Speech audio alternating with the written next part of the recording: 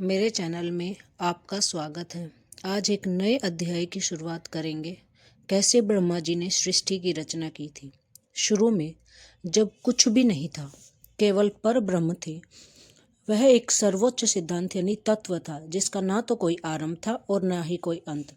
वह परम सत्य, जिसका हम कोई वर्णन ही नहीं कर सकते, वह एक दिव्य सार तत्व था, जिसके भीतर अनंत क्षमता मौजूद थी।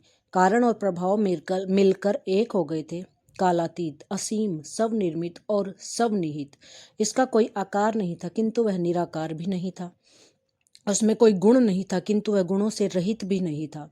विचारों और इंद्रियों की पहुंच से परे एक विशुद्ध चेतना, एक ऐसा उत्प्रेरक जो खुद तो परिवर्तित नहीं होता, किंतु हर तरह का परिवर्तन वो ला सकता था।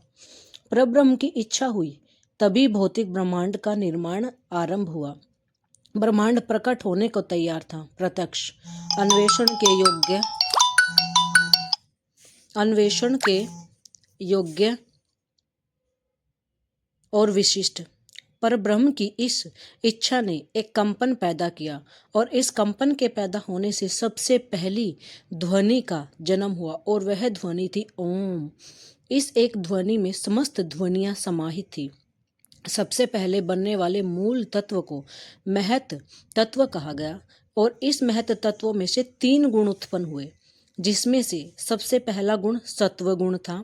सत्व गुण संरक्षण का प्रतीक है, मतलब जो दूसरों को संरक्षित करता है, बचाता है। रजोगुण क्रिया, काम को दर्शाता है। और तीसरा तमोगुण, तमोगुण को विनाश का सूचक कहा गया है। अगर इन तीनों गुणों के पारस्परिक प्रभाव से 5 भौतिक तत्वों यानी पंच तत्व का जन्म हुआ, वायु, जल, पृथ्वी, अग्नि और आकाश, और इन सभी 5 तत्वों के मिलने से हमारी पृथ्वी अस्तित्व में आई। इन गुणों ने 5 इंद्रियों को भी उत्पन्न किया है। दृष्टि देखना, स्वर्ण सुनना, स्पर्श छूना, गंध सूंघना और स्वाद। इन 5 को महसूस करने के लिए 5 ज्ञानेंद्रियां विकसित हुई, जिन्हें मन द्वारा चलाया जाता है।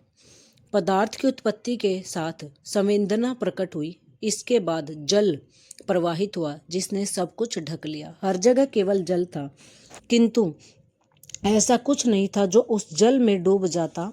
तब पर ब्रह्म ने स्वयं एक दिव्य स्वरूप धारण किया, जो जल से भरे सरोवर में कमल दल बनकर प्रकट हुआ। जल को नार और निवास को अयन कहते हैं। इस तरह इस दिव्य स्वरूप को नाम मिला नारायण।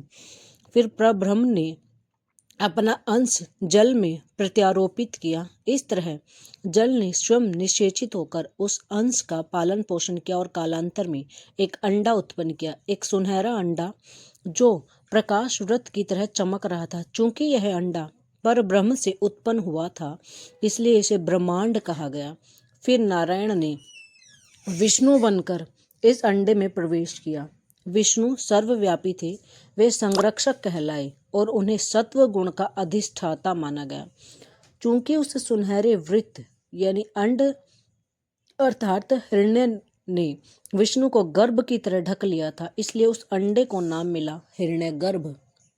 विष्णु की नाभि से 14 पंखुड़ियों वाला एक कमल पुष्प निकला, और फिर इस पुष्प से ब्रह्मा जी प्रकट हुए। यह पर ब्रह्म की एक और दिव्य अभिव्यक्ति थी। ब्रह्मा सृष्टि के रचयिता थे, उन्हें रजोगुण का अधिष्ठाता माना गया। सृष्टि के इस जनक ने एक हाथ में कमंडल था और दूसरे हाथ में माला थी। इस प्रकार नाभि से निकले कमल में से उत्पन्न होने के कारण ब्रह्मा को पद्म योनि और नाभिज जैसे अन्य नाम मिले। शीप में जिस तरह मोती पलता है, उस तरह हिरण्य गर्भ के भीतर एक वर्ष रहने के बाद ब्रह्मा ने उस सुनहरे अंडे को 2 हिस्सों में विभाजित कर दिया। उसका ऊपर का आधा भाग स्वर्ग कहलाया, और निचले आधे भाग से पृथ्वी बनी। दोनों के बीच में आकाश व्याप्त था। ब्रह्मा ने सृष्टि के चक्र का आरंभ कर दिया, और वे जानते थे कि इसका अंत कैसे होगा। रचना के बाद संरक्षण, और अंत में विघटन यानी प्रलय। इस चक्र का अंत होने पर एक नया चक्र आरंभ होगा। प्रत्येक चक्र के अंत में जब सब कुछ अव्यवस्था के अति प्राचीन सागर में विलीन हो जाएगा, तो ब्रह्मा इस प्रक्रिया को पुनः यानी दोबारा फिर से आरंभ करेंगे। चक्रों का एक शाश्वत कर्म, परस्पर गुंथे हुए वृत्तों से निर्मित ब्रह्मांड, यह ब्रह्मांड अंधकार से भरे आकाश में हुई आतिशबाजी की तरह अस्तित्व में आया था। ब्रह्मा बैठे अपनी इस रचना को निहार रहे थे। फिर उन्होंने ध्यान की अवस्था में प्रवेश किया और उसकी गहराइयों से चारों वेदों की उत्पत्ति हुई। प्रथम वेद ऋग्वेद, द्वितीय वेद चतुर्वेद यजुर्वेद, तृतीय वेद सामवेद और चतुर्थ वेद अथर्ववेद। परंतु रचयिता को यह नहीं पता था कि 4 मुसीबतें भी सिर उठाने वाली थी। ऐसी 4 मुसीबतें जो सृष्टि के कर्म के लिए संकट बन सकती थी। क्या इस अच्छी शुरुआत को आधा काम संपन्न हुआ कहना उचित होगा? आगे इसके बारे में हम आगे की कहानी में जानेंगे कि उसके बाद क्या हुआ। चारों मुसीबत जो सिर पे उठाने वाली थी, उन मुसीबतों ने क्या रूप धारण किया, आगे अध्याय में हम जानेंगे। जय श्री हरि विष्णु, जय श्री महाकाल, राधे राधे।